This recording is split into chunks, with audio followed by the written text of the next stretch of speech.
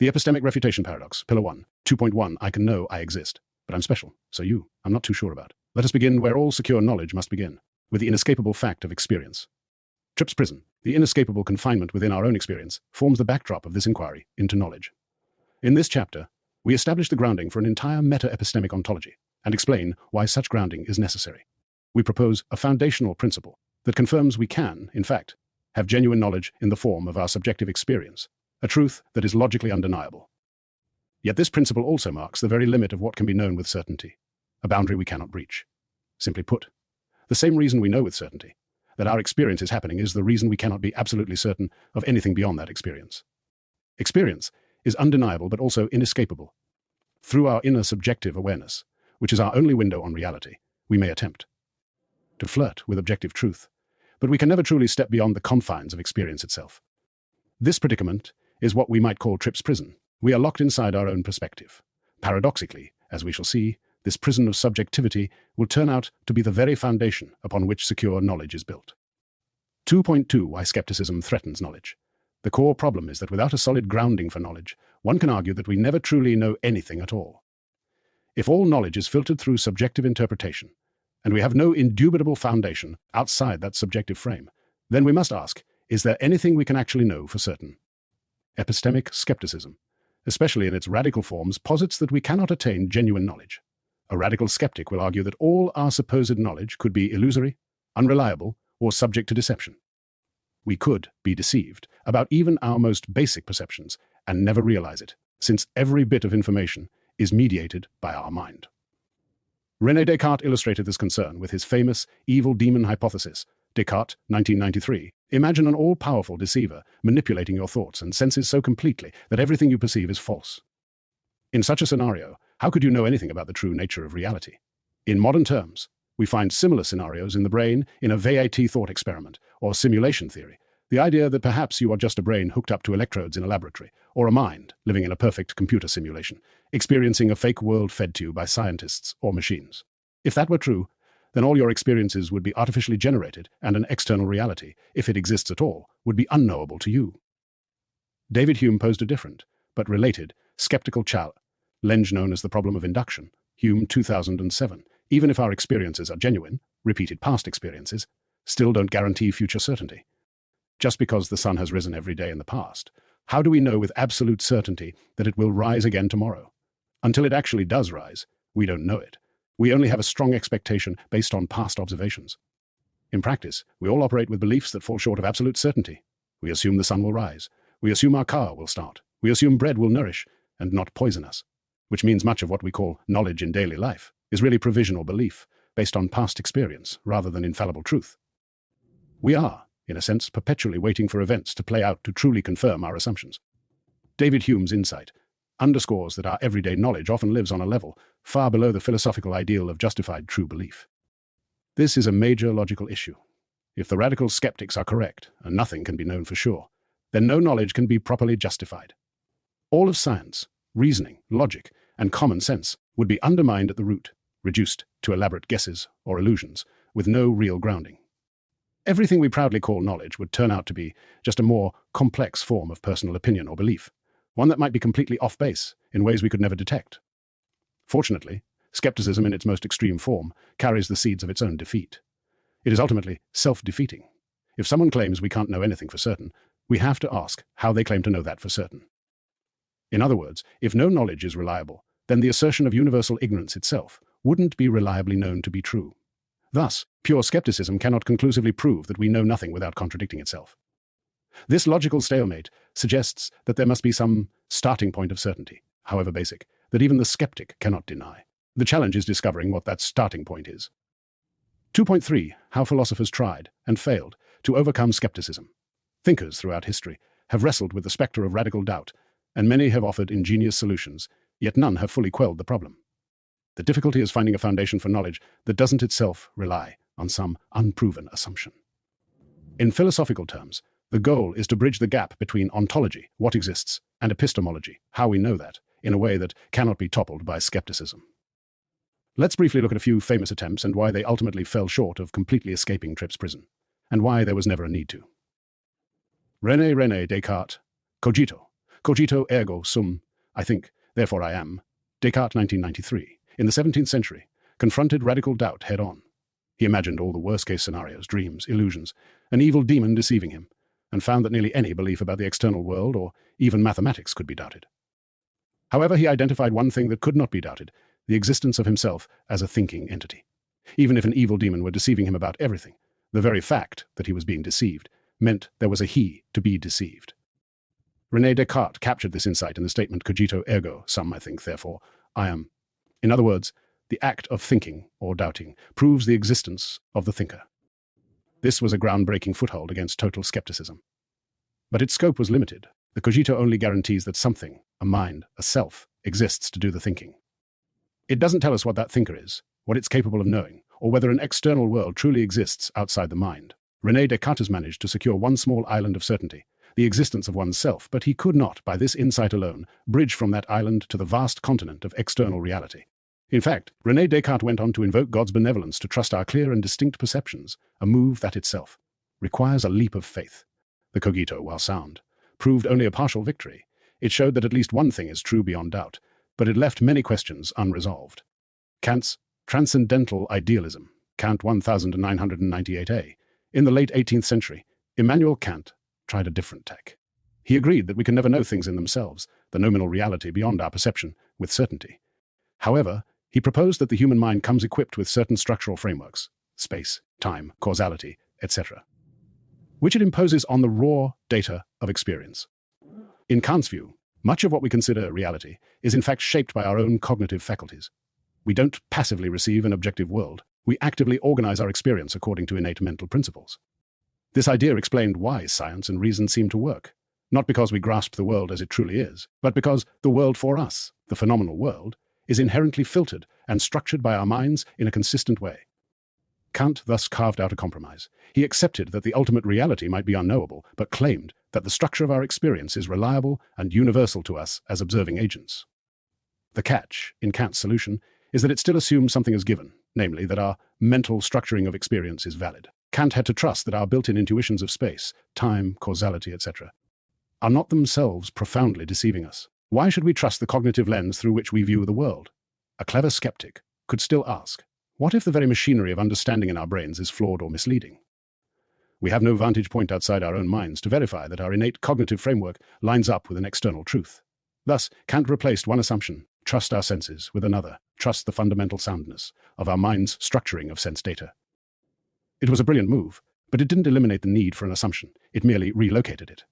Empiricism and the scientific method, other philosophers like John Locke and David Hume, and later thinkers like Karl Popper, Locke 1975, Hume 2007, Popper 1959, took an empirical route. They argued that knowledge comes from experience and observation. Science, in particular, embraces a methodology of careful observation, hypothesis, and falsification. We gain knowledge by collecting evidence through our senses and weeding out false theories through experiments. Empiricism has been enormously successful in practice, giving us modern technology and vast understanding of the natural world. But as an epistemic foundation, it too has a blind spot. Empiricism must assume the basic reliability of sensory experience and the existence of an external world governed by consistent laws. When scientists make observations, they have to trust that their instruments and senses are telling them something true, or at least probabilistically true, about a reality that is actually there. Even Karl Popper's falsification principle that we can never confirm theories, only refute them by observation, presupposes that our observations have some connection to truth. A radical skeptic can challenge this. What if all those observations are occurring in a dream or a simulation? What if our senses are systematically deceived? Empiricism can respond with probability and pragmatism. Our theories work, our predictions come true, so there's something real going on. But it cannot give a final proof that our experiences correspond to an external reality. Like all other approaches, it must take a leap of faith at its core, in this case, faith in experience itself. In the end, none of these classical strategies fully defeats the specter of radical doubt. Each of them, the cogito, Kantian idealism, empirical science, manages to reduce the skeptic's territory, but not eliminate it. They all must start by assuming something fundamental. René Descartes assumed the truth of clear reasoning and God's non-deceptiveness once he had the cogito. Kant assumed the general veracity of the mind's structuring of experience. Empiricists assumed an external reality and reliable senses. In each case, the system of thought has an Achilles heel. a necessary starting premise that is not, by itself, proven. Because of that, a determined skeptic can always press one step further back and question the foundation. The conclusion we must draw is that to truly overcome radical skepticism, we need a starting point that does not rely on any tenuous assumption. We need a foundational truth so fundamental that even the attempt to deny it collapses in contradiction. 2.4. The need for an inescapable foundation. The discussions above show that every philosophical or scientific system requires at least one given element, one assumption that is accepted but not demonstrated. If absolutely nothing can be known with certainty, then indeed all those systems would ultimately collapse under scrutiny. Therefore, to break out of this vicious cycle of doubt, we need an unbreakable starting point for knowledge, something indubitable and inescapable, a truth that even the most extreme skepticism cannot undermine. This starting point should not depend on appealing to an outside authority, like a deity or a hypothetical external world, nor rely on probabilistic reasoning. It should be logically impossible to deny. If we can identify such a truth, it will serve as the bedrock for a new epistemology, a meta-epistemic foundation upon which all other knowledge claims can securely rest. The goal is to find a truth that lies within the skeptic's prison of experience and yet is strong enough to support our escape from total ignorance. 2.5. Formal derivation for ERP, the Epistemic Refutation Paradox. This appendix states the core logical structure of the epistemic. Refutation Paradox, the informal exposition, lives in the main chapter. Here, we isolate the minimal definitions, lemmas, and theorems that any opponent must confront. The aim is not to describe what is probable or empirically supported, but to pin down what cannot be coherently denied without logical self-destruction. The key idea is that epistemic refutation paradox is not a glorified version of the Cartesian cogito. It does not presuppose a subject, a first-person I, or even consciousness in any rich sense. Epistemic refutation paradox operates at a more basic level. It is a theorem about the impossibility of non-occurrence. Consciousness, cognition, and self-awareness are downstream notions. Primitive notions. We work with a deliberately minimal vocabulary. Definition 2.1, occurrence. An occurrence is any minimally individual event, process, or state change. This includes, but is not limited to, physical events, for example, a rock falling, a neuron firing. Computational steps, for example, a calculator executing an instruction. Tokenings of symbols or thoughts, for example, a sentence being formulated or displayed. Illusory, hallucinated or misclassified happenings, for example, seeing a pink elephant in a dream. We place no requirement that an occurrence be consciously experienced or accurately interpreted by any agent. Occurrence is strictly ontological, not phenomenological. Definition 2.2, reality. Reality is the totality of all occurrences. To say that reality obtains is just to say that at least one occurrence obtains. Definition 2.3, epistemic interface. An epistemic interface is the way in which an agent, human, animal, AI, etc., is related. To occurrences, the structured pattern by which occurrences impact, update, or are registered in the agent's internal states. What a human calls experience is one kind of epistemic interface. Epistemic refutation paradox does not presuppose any particular structure for this interface. It only relies on the fact that some interface must exist for there to be any doubting, denying, or reasoning at all. Definition 2.4, epistemic agent. An epistemic agent A is any system that can token substantive representational states. Formally, A is an epistemic agent I if there exists at least one state S such that TOCA S can obtain. When TOCA S holds, we say that it tokens the state S. Definition 2.5, global negation of occurrence. Let G denote the following proposition. There are no occurrences at all, nothing ever happens, no reality obtains. Any position that asserts, endorses, or attempts to defend G will be called a global negation of occurrence. Definition 2.6, epistemic act. An epistemic act is any occurrence in which a contentful representation is formed, entertained, doubted, denied, or asserted at an epistemic interface. Examples include silently wondering, does anything exist? Asserting nothing is real, computing or displaying the string no occurrences obtain. By definition, every epistemic act is an occurrence, def. 2.1. Intuitively, any time a skeptic raises a question, voices a denial, or even internally rehearses a doubt, that questioning itself is an occurrence. Epistemic refutation paradox exploits this structural fact. Core lemmas. Lemma 2.1, minimal occurrence principle. If any epistemic act occurs, then at least one occurrence obtains. Formally, for any epistemic interface E, epistemic act at E, occurrence proof by def. 2.6. An epistemic act is an occurrence. Thus, the existence of an epistemic act entails the existence of at least one occurrence. The implication is immediate. Lemma 2.2. Illusory occurrences are occurrences. Let O be an occurrence that is misclassified, illusory, or otherwise epistemically defective, relative to some interface E, for example, a dream, hallucination, simulation, or mistaken inference. Then O is still an occurrence in the sense of def. 2.1. Proof. Def. 2.1.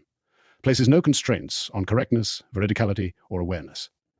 It only requires that O be an event, process, or state change. Misclassification is itself a kind of state change. Therefore, even fake or misinterpreted happenings are still occurrences. Lemma 2.3. Self-application of skepticism. Any coherent global skepticism must allow its own formulations, questions, doubts, denials to fall under the scope of its claims. Proof. Suppose a skeptic asserts G, def. 2.5, but stipulates that G does not apply to the act of asserting G. Then the skeptic has introduced an ad hoc exception. The performative act of skepticism is treated as somehow outside the domain of what is being denied. This is a paradigmatic case of special pleading and breaks coherence. Therefore, any globally negating claim that aspires to coherence must also apply to its own performative instantiation. The epistemic refutation paradox.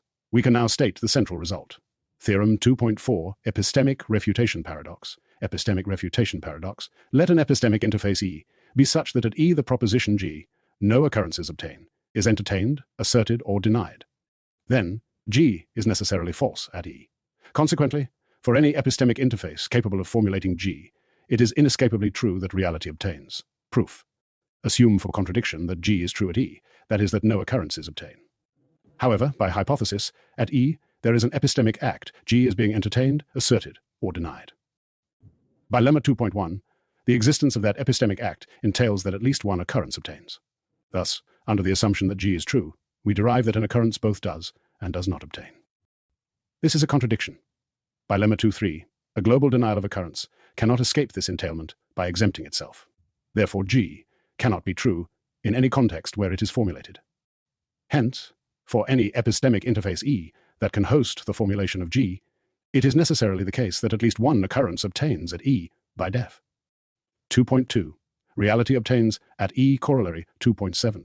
Inescapability of reality for any agent or system with an epistemic interface E that can raise global skeptical doubts, including G. It is logically impossible for that agent to be in a situation where nothing is real or nothing ever happens. The very act of doubting or denying guarantees that some reality obtains. Proof. Immediate from Theorem 2.4, any epistemic act at E entails an occurrence. Any occurrence entails reality. Def. A globally skeptical description that denies this is self-refuting. Corollary 2.8. Illusion does not undermine epistemic refutation paradox. Suppose an agent later discovers that its prior experiences were illusory, misinterpreted, or simulated. This does not threaten epistemic refutation paradox. Those illusions, misinterpretations, or simulations were themselves occurrences, and thus confirm, rather than undermine, the existence of reality. Proof. By lemma 2.2, illusions are still occurrences. Theorem 2.4 only requires that some occurrence obtains. It does not require that any particular occurrence be veridical.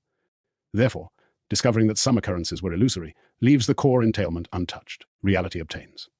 Relation to the cogito and to Tripp's prison. The epistemic refutation paradox is strictly stronger and more general than the Cartesian cogito. We can make this precise. Lemma 2.5. Epistemic refutation paradox does not presuppose a subject. Theorem 2.4 does not require 1. A distinguished first-person subject and I. 2. Reflexive self-awareness. 3. A conscious mental state in the phenomenological sense.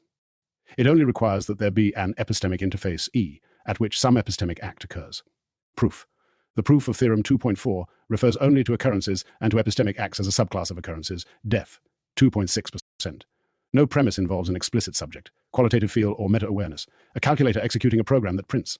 Nothing exists, satisfies the structural conditions.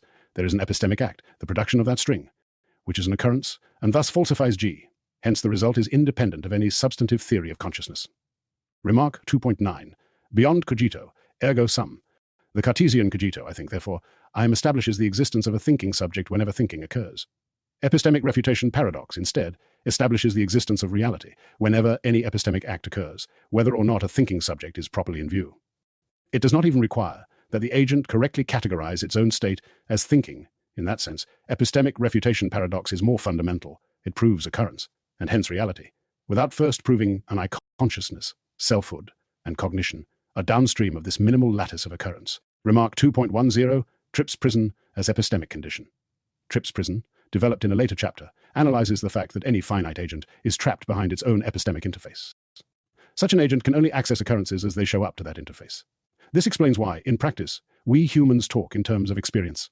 Epistemic refutation paradox is compatible with, but not dependent on, this prison-like structure.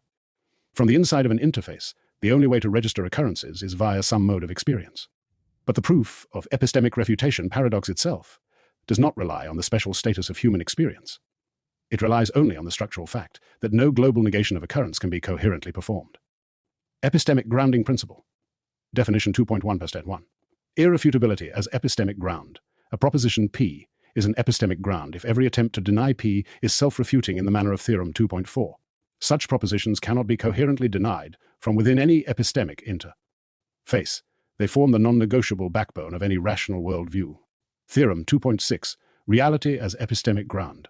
The proposition R, some reality, some occurrence, obtains, is an epistemic ground in the sense of def. 2.11. Any attempt to deny R from within an epistemic interface is self-refuting. Proof. Denying R is equivalent to asserting G, def. By theorem 2.4, any such assertion from within an epistemic interface falsifies itself.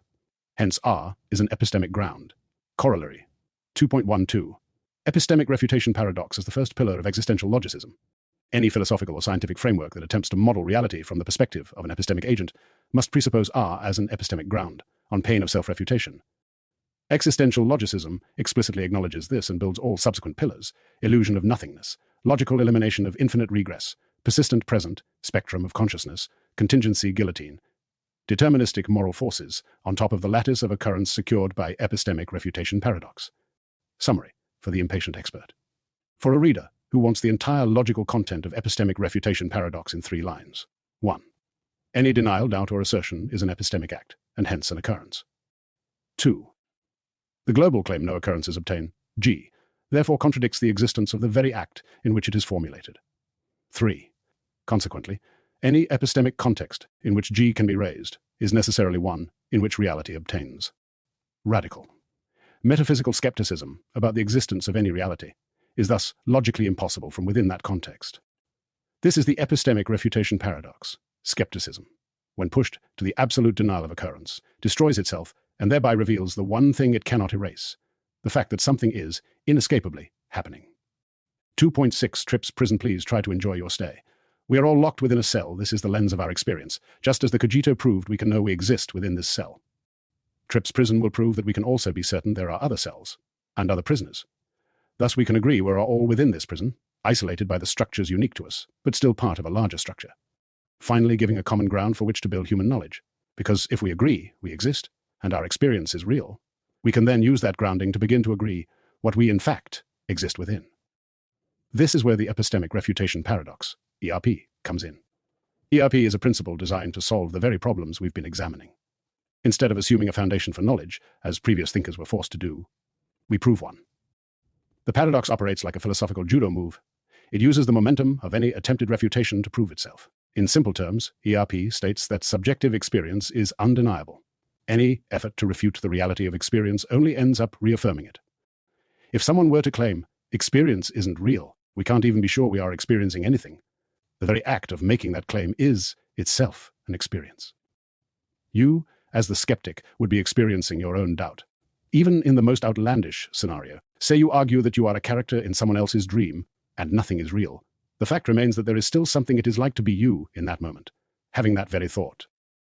In other words, an illusion is still experienced as an illusion by some observer. There is no way to claim I experience nothing without contradicting yourself, because the claim itself is an experience. Also, without special pleading, you can't claim only you exist. This is the heart of the epistemic refutation paradox. Any attempt to refute the existence of experience becomes a paradoxical exercise that demonstrates the existence of experience. We have, therefore, identified our unassailable truth. Experience exists, and so do experiences. This is the first, logically inescapable truth on which we can build. It may sound almost trivial. Of course we have experiences. But in the context of radical doubt, it is revolutionary. We've found a claim that cannot be coherently denied. Even the pure skeptic who doubts everything must concede this point, since doubting is itself an experience. This realization is powerful because it turns the tables on skepticism. The skeptic's greatest weapon is the question, how do you know that? Applied relentlessly to any claim. With ERP, we have a stopping point for that question. How do we know experience is real? Because the very act of asking the question presupposes an experience, the experience of asking and pondering. There is no deeper turtle on which this rests. We've hit bedrock. By grounding our ontology and epistemology in the fact of experience, we eliminate the skeptic's ability to cast doubt on the existence of our knowledge's foundation. This matters enormously. It means that experience can serve as the foundation of all knowledge, since nothing can be known or even debated without it. It's impossible to reject the reality of experience without falling into contradiction. With this move, radical doubt is robbed of its most extreme target. We have established, without any leap of faith or assumption, an anchor point of certainty, the fact that something is being experienced. Notice that this first truth doesn't yet tell us what we are. It doesn't declare I am a human, or the external world is real, or anything specific of that kind. It also doesn't tell us that our experiences are accurate representations of an outside reality. What it tells us is simply that there is an occurrence of experience. It could be the experience of an external reality, or the experience of a dream, or even the experience of being deceived by a demon. But regardless, experience itself is happening. This might seem like a modest claim, but it has profound implications. By accepting it, we, effectively, step out of the most extreme form of skepticism. We acknowledge that something undeniably exists, experience, and therefore we are not lost in absolute nothingness. We've identified a starting point that any conscious being, skeptic or not, must grant. All further reasoning must now take this truth as its foundation. In fact, nothing at all can be argued or examined without first accepting the reality of experience, because the act of arguing and examining requires it. We have escaped the void of total doubt by discovering a rock-solid flaw, the immediate awareness each of us has. The walls of Tripp's prison, our subjective viewpoint, remain. We are still within our own experience, but we have realized those walls are not a dead end. Instead, the very confinement the skeptic worried about becomes our support. The existential logicism, undeniability of subjective awareness, is precisely what gives us a foothold to build knowledge. It's also worth noting that this first truth applies universally. I know my experience is real. By the same token, you know yours is. If I tried to deny that other people are having experiences, I would be engaging in special pleading, assuming that I am somehow uniquely conscious while everyone else is a mindless automaton. Such a move would be an arbitrary and baseless divergence from the principle we've established. The more reasonable position is to extend this foundational truth to all beings who display evidence of consciousness. Each of us is an experiencing subject. Thus, experience, and the experiencer, stands as the universal foundation for any possible knowledge or truth claim. 2.7% experience and the reality of consciousness. If experience is undeniably real, it immediately implies something further. There must be an experiencer. In philosophical terms, if an experience is occurring, there is a subject having the experience. In other words, consciousness exists. We might not yet know the nature or details of this consciousness. Is it a soul, an emergent property of the brain, something else?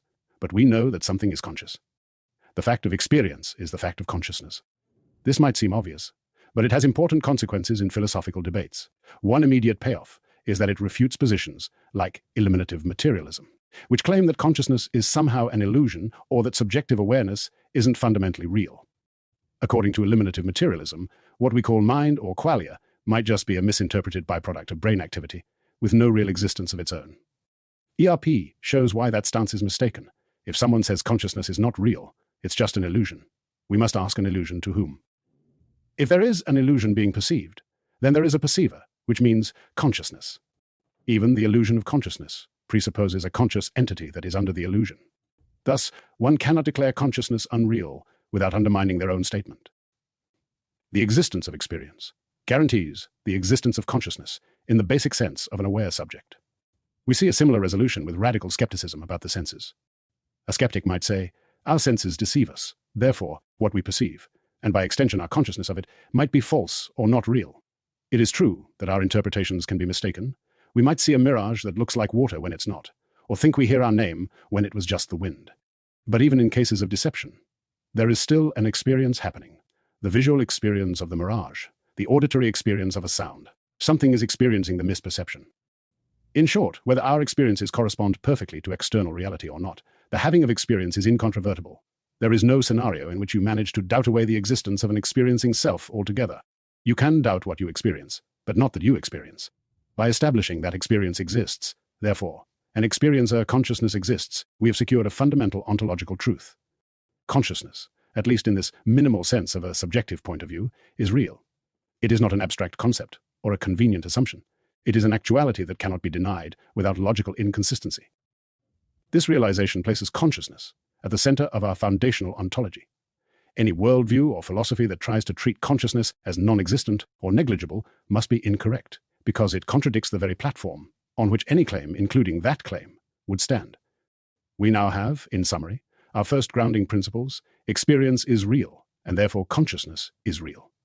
The entire structure of knowledge going forward will be built on this bedrock. 2.8 Experience as the basis of all knowledge. Having a solid foundation is crucial, but what do we build upon it? The Epistemic Refutation Paradox doesn't answer every question, but it gives us a reliable starting point: experience. From here, we can infer a guiding principle for epistemology. All knowledge must ultimately arise from experience. If experience is the only thing we know with absolute certainty, then anything else we claim to know must, in some way, trace back to experience. Think of it this way: to say you know something means that it has become part of your conscious understanding. And how does anything enter your understanding? Either you perceived it through the senses, or you thought of it with your mind, but thinking itself is an internal experience, and perceiving is a sensory experience. In both cases, experience is the medium through which knowledge arrives.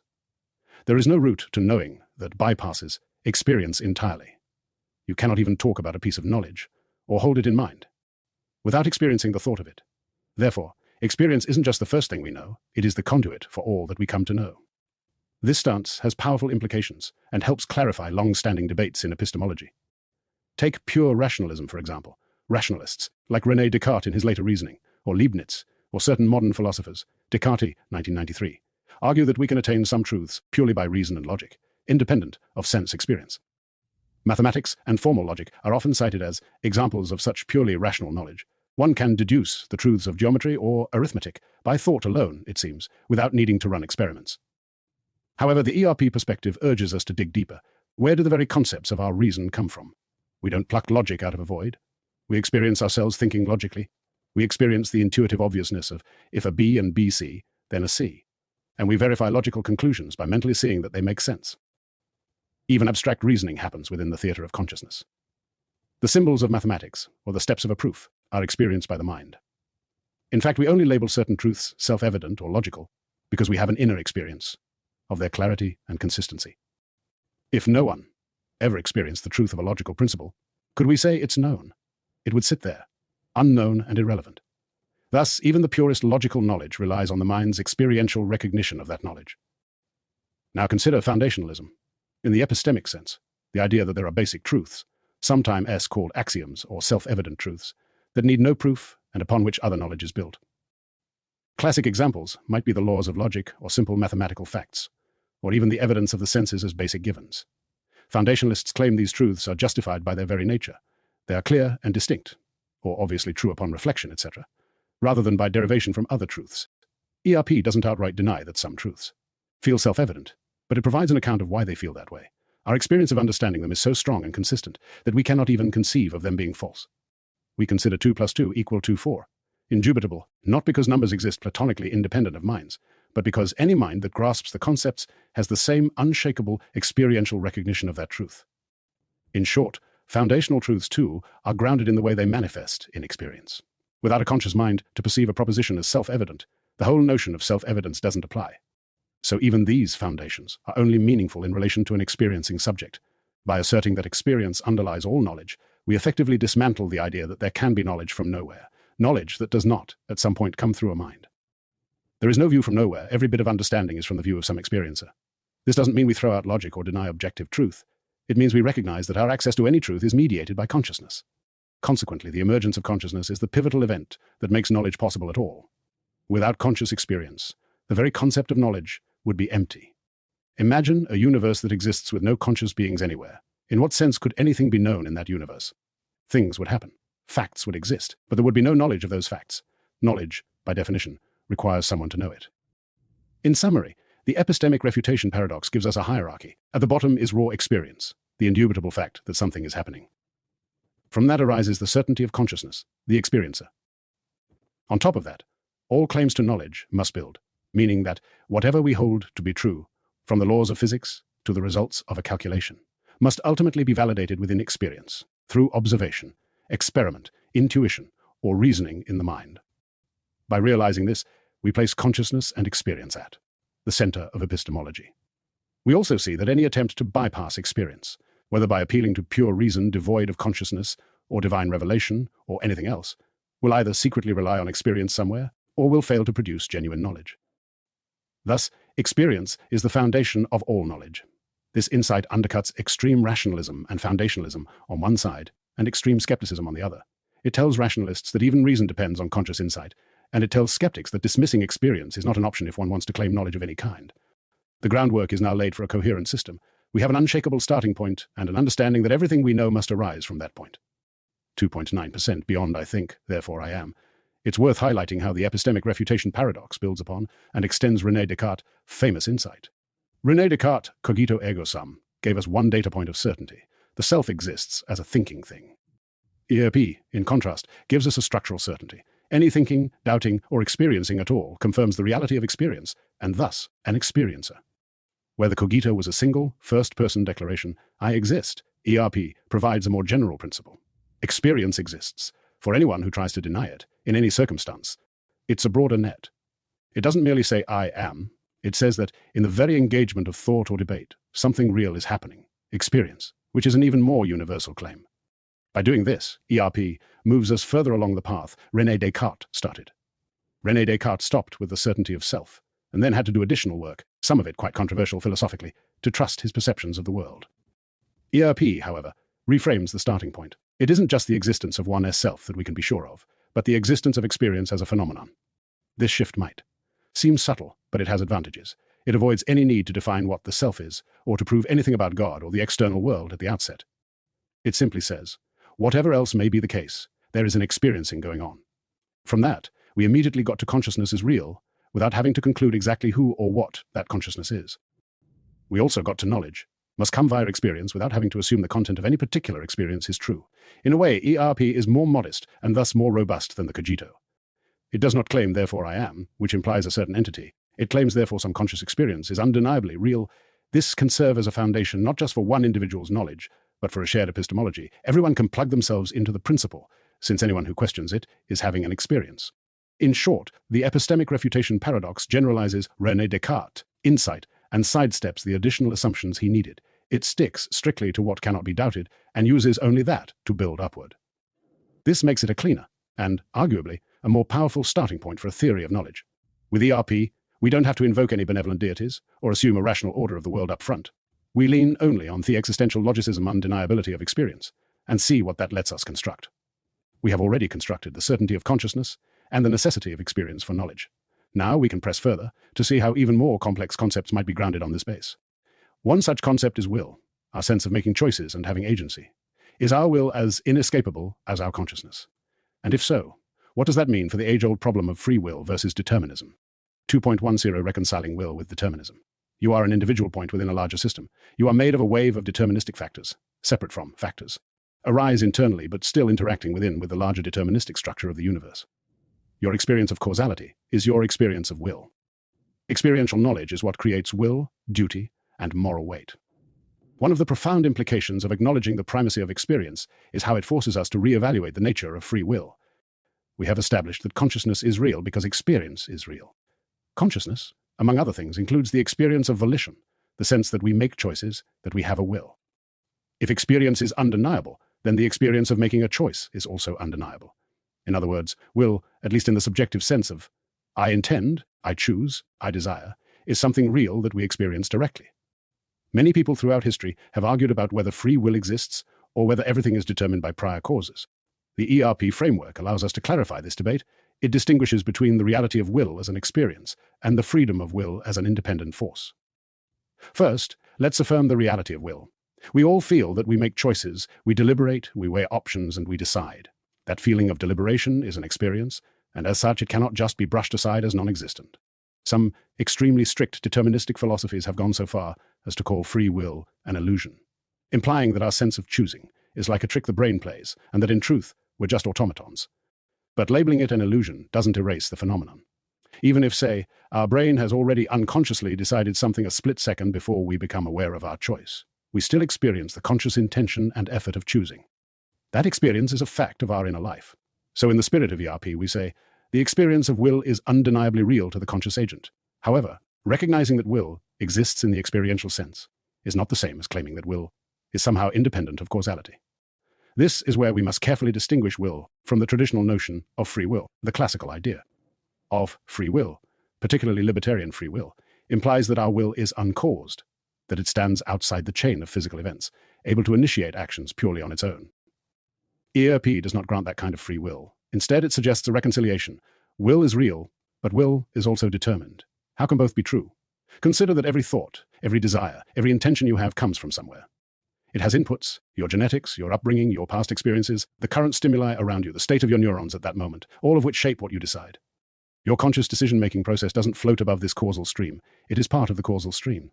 When you make a choice, you are not violating physics or magically creating a new chain of events from nothing. You are enacting one possible path that was made available by all the prior conditions leading up to that moment. If we rewound the universe to the exact same prior conditions, your decision would unfold the same way every time, because the same you, with the same motivations and thoughts, would be making it. This might sound like it relegates will to a mere illusion, but it doesn't, because the key is that you are part of the causal chain. We tend to imagine determinism as something external that forces us to act a certain way. But in reality, determinism includes our internal deliberations as one of its processes. You, as a conscious being, are composed of a myriad of deterministic processes, chemical, electrical, etc., that give rise to your thoughts and choices. Those internal processes are somewhat isolated from external processes. Your brain is inside your skull, not directly controlled by the environment momentum moment, which is why it feels like your decisions are yours alone. The truth is, they are yours, they are happening inside your mind, but yours doesn't mean free from causation, it means originating from the unique configuration of your brain and history.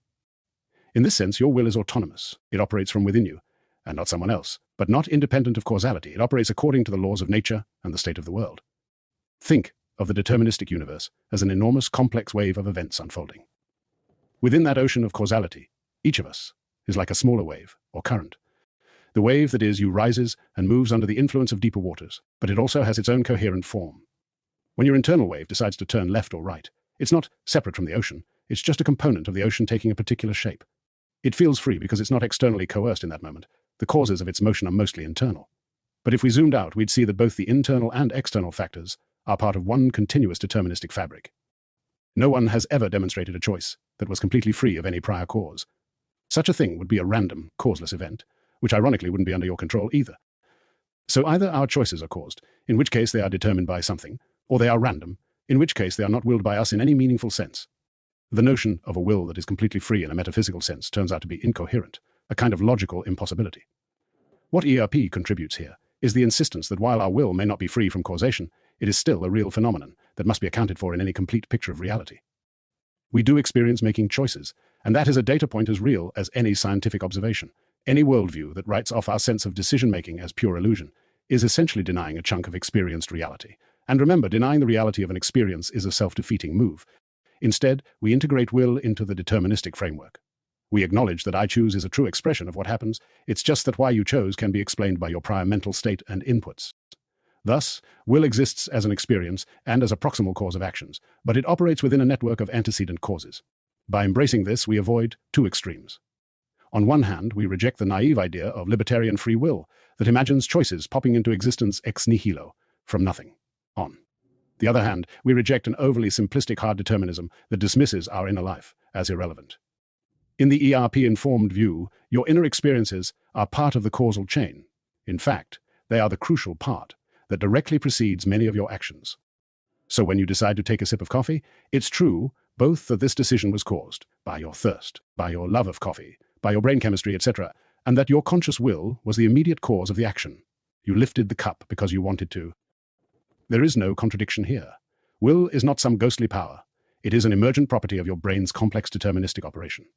It is free in the sense that nothing external was forcing the decision in that instant. It came from you, but it's not free from the influences that made you who you are. In a poetic sense, one might say determinism itself is the hidden hand guiding all our choices. The modern, naturalistic equivalent of René Descartes' Demon, Descartes, 1993. Not deceiving us about reality, but rather ensuring that every event, including every thought and choice, has a cause. We are enchanted by this deterministic order to feel as though we are independent agents, much as René Descartes' Demon would enchant a person to believe their false reality. However, unlike the evil demon, determinism is not malevolent. It's simply the neutral unfolding of cause and effect. And crucially, understanding this does not make the experience of choosing any less real or significant. We are the conscious witnesses to our will's operation. We are parts of the universe that not only follow laws, but also experience following them, and in doing so, we attribute personal meaning to those actions. It's a humbling and illuminating realization. We are not above the cosmos, or outside of nature. We are completely of it. We are made of the same atoms, and governed by the same forces as the stars, the rocks, and the oceans. Yet, out of that vast deterministic dance has emerged something extraordinary. Beings that have awareness, that reflect, that plan and choose. Consciousness and will are among the most spectacular results of the cosmic order, not exceptions to it. ERP allows us to see that we don't need to be exceptions to have worth or reality. Our will does not have to be uncaused to matter. Its importance lies in what it is, our personal, felt locus of decision-making, rather than some mystical freedom it might possess. By integrating will into the deterministic framework, we end up with a coherent picture. Will is real because we experience it, and will is determined because it arises from and operates within a chain of causes. In this way, the concept of will is fully reconciled with the rest of our knowledge about the world, and we eliminate the false dichotomy that says it must be either absolutely free or not exist at all. In conclusion, the Epistemic Refutation Paradox has allowed us to secure a bedrock truth and build upward to a robust philosophical outlook. We started by finding certainty in the one place the skeptic could not shake, our own immediate experience. From that foundation, experience is real. We established the reality of consciousness, the primacy of experience in all knowledge, and even found a way to acknowledge will as genuine while harmonizing it with determinism. In doing so, what initially looked like a prison of subjectivity, Tripp's prison, has become the cornerstone of a new, unshakable framework for understanding reality. We have transformed our confinement within experience into a powerful principle, one that turns back every radical doubt and allows us to move forward, building knowledge on the one thing we can never doubt. Experience is the genesis of everything we know and are. By recognizing this, we have disarmed radical skepticism and shown that our inability to escape subjective experience is not a curse, but rather the very thing that gives us a foothold in reality. Everything that we can claim to know, we know through this window, and now we know beyond doubt that the window itself is real. 2.1 Burst 1 Formal Derivation, TP Tripp's Prison, Epistemic Perspective Closure. This appendix states the formal structure of Tripp's prison. The fact that every act of doubting, knowing, or theorizing about reality is unavoidably trapped within an agent's own representational perspective, yet this very trap still licenses a minimal, intersubjective realism. We assume the notation and results of the ERP appendix, at R denotes minimal reality. AOCC X is the unary predicate X is an occurrence in R4, an epistemic agent A, and a representational state or content S, toke S, means the tokens, instantiates. The state SARP has already established token realism. Toka S XOCC X for every token state of any agent A frames and epistemic acts. Definition 2.13 Epistemic agent and frame.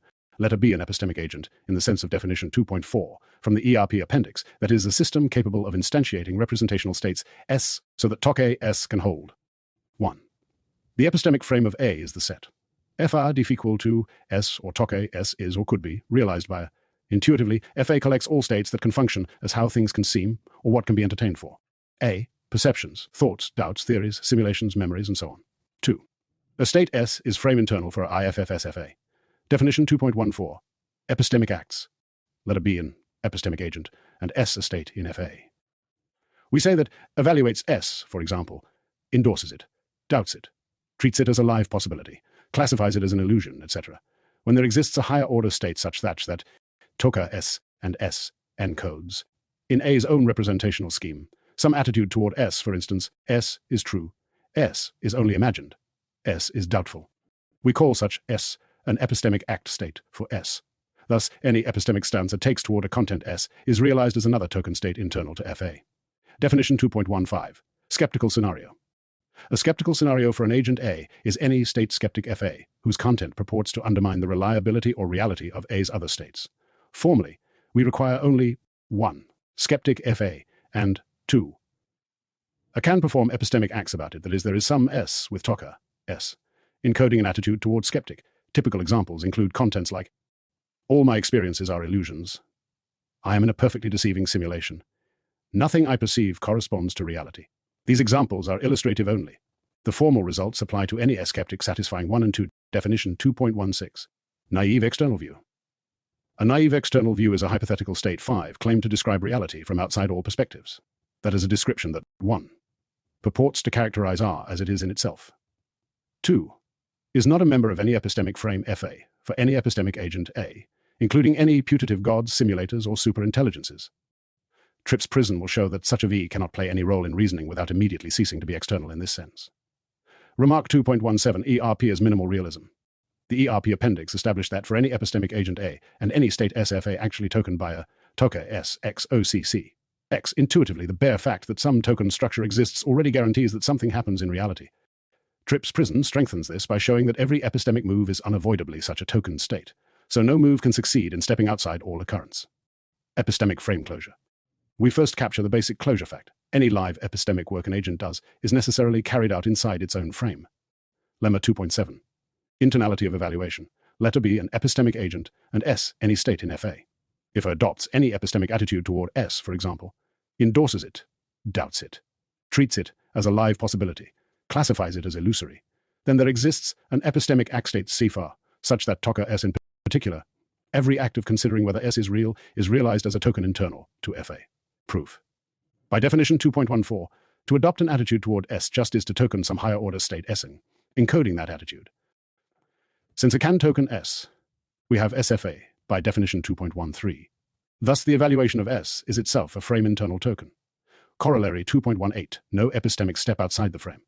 For any epistemic agent A and any content S, if A is in a position to ask, doubt, classify, or assert anything about S as a candidate description of reality, then the very act of asking, doubting, classifying, or asserting is realized as a token in FA, and thus entails the existence of at least one occurrence in reality. Proof.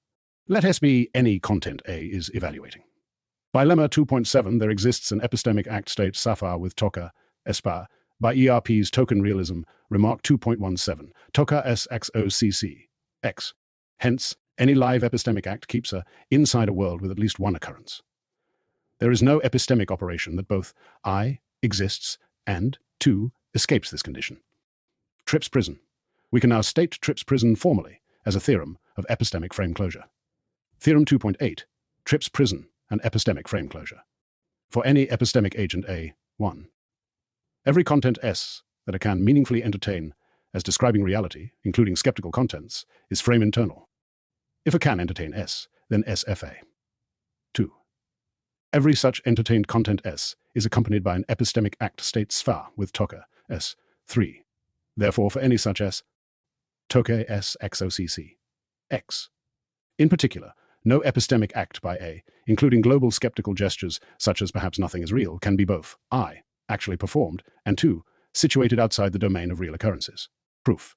1 and 2 are immediate from definition 2.13 and lemma 2.7. To count as meaningfully entertained, S must be tokenable by A, so SFA, and the entertaining itself is realized by a token FA. For 3, apply ERP's token realism, toka SXOCC, X. Thus, any live epistemic stance already presupposes at least one occurrence in reality. There is no epistemic route out of XOCC, X for an agent capable of taking any stance at all.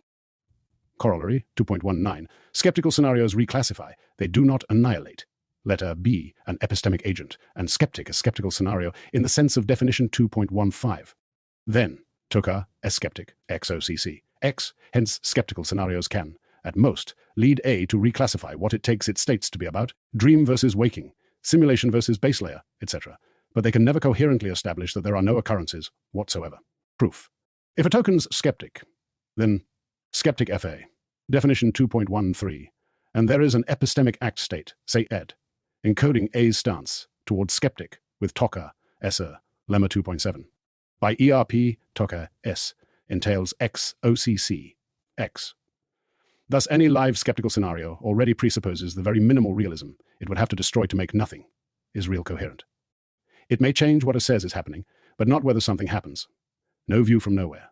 We now formalize the sense in which there is no coherent standpoint outside all frames from which to judge reality. Lemma 2.9, tokened external views are not external. Let 5 be a naive external view as in definition 2.16. If 5 plays any role in reasoning by any epistemic agent A that is A ever considers, asserts, or doubts 5, then 5 FA and toka, 5, or some appropriate metastate. In that case, 5 is no longer external in the sense of definition 2.16. Proof. If 5 plays any role for A, there is some epistemic act state, S encapsulating A's attitude toward 5 is true. 5 is a live option, etc. By definition 2.14, toke s and, hence sefa. Since SA encodes 5, we have that 5 is represented within FA. In that sense, V has ceased to be outside all frames. It now exists as content inside A's frame. Thus, it fails condition 2 of definition 2.16, theorem 2.10, no view from nowhere. There is no description of reality that 1 functions in any reasoning or epistemic process, and 2 remains external to all epistemic frames. Equivalently, any description that can matter to any agent is already an internal token in some epistemic frame, and thereby entails the existence of occurrences. Proof.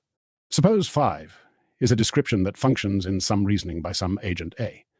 Then, by lemma 2.9, 5 is internal to FA, and is no longer external, as per definition 2.16.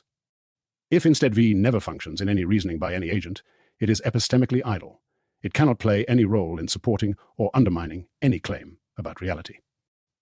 In neither case does 5 succeed in being both operative in reasoning and external to all frames. Remark 2.2 boast, even God's eye is a frame. The foregoing results apply to any epistemic agent. In particular, if one hypothesizes a maximally informed agent G, a God, simulator, or hyperintelligence, then G's purported God's eye view is simply G's epistemic frame FG, a, perhaps maximal, set of tokenable states. G cannot step outside all occurrence and all frames any more than lesser agents can. Any state that functions as a view for G is still a token in FG, and thus subject to the same logic of Tripp's prison. Intersubjective realism. Tripp's prison also provides a structural basis for intersubjective realism. Once an agent acknowledges its own frame, and the ERP-backed minimal realism, denying analogous status to other frames, becomes logically costly. Definition 2.21. Recognized epistemic peer. Let A and B be epistemic agents. We say that A recognizes B as an epistemic peer if 1. A token some state SAB-FA, representing B as a system with its own internal states, for example a human, an animal, an AI, etc., and 2. A attributes to B a structure of tokening sufficiently similar to its own to treat B as capable of TOC B. This definition is intentionally minimal and structural. It does not assume anything about how B's internal states feel, only that it represents B as having them. Lemma 2.1% 1. Symmetry of frame status. Let A recognize B as an epistemic peer in the sense of definition 2.21. Then, relative to A's own claims are structurally analogous. 1. My own tokens, TOCA, are real occurrences in some reality. 2. B's tokens, TOC B, are real occurrences in some reality are any principle P that A uses to justify. 1. Without invoking special privilege can be metrically any blanket skeptical principle strong enough to deny. 2. Will, if applied consistently, undermine. Proof. By recognition, A represents both itself as an epistemic agent with frame FA and tokens TOCA, and B as an epistemic agent with analogous frame FB and tokens TOC B. From A's point of view, the move TOCA corresponds to real occurrences, and the move TOC B corresponds to real occurrences, have the same abstract structure.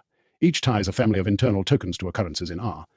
Any reason P that A accepts for trusting its own mapping from tokens to occurrences, for example, my experiences have stable structure, my frame displays coherence over time, can be instantiated, mutatis mutandis, for B as represented by A acknowledges that B's behavior, reports, or structure supply analogous evidence.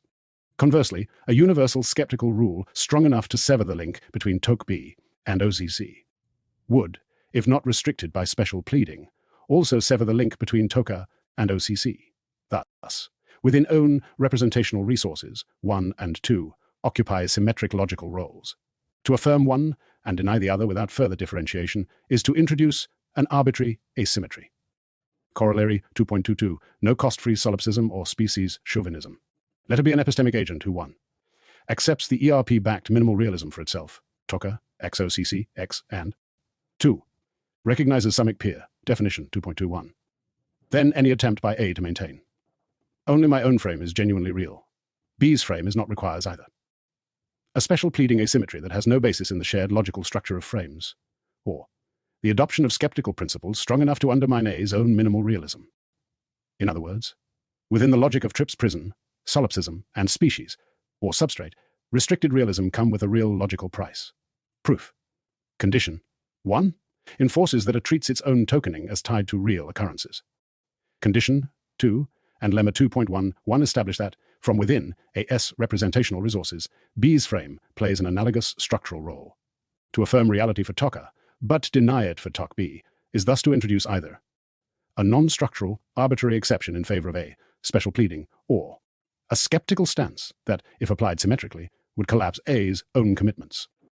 In both cases, the move is logically unstable relative to the frame closure insights of Tripp's prison. Remark 2.23. Tripp's prison as the epistemic skeleton of existential logicism. ERP establishes that any token state entails the existence of occurrences. Tripp's prison adds that 1. Every act of knowing, doubting, classifying, or theorizing is necessarily such a tokened state inside some frame, and 2. Once an agent grants this to itself, extending minimal realism to other structurally similar frames is logically cheaper than denying it. This is the epistemic skeleton on which later pillars of existential logicism, including the illusion of nothingness and the Refutation Paradox, build.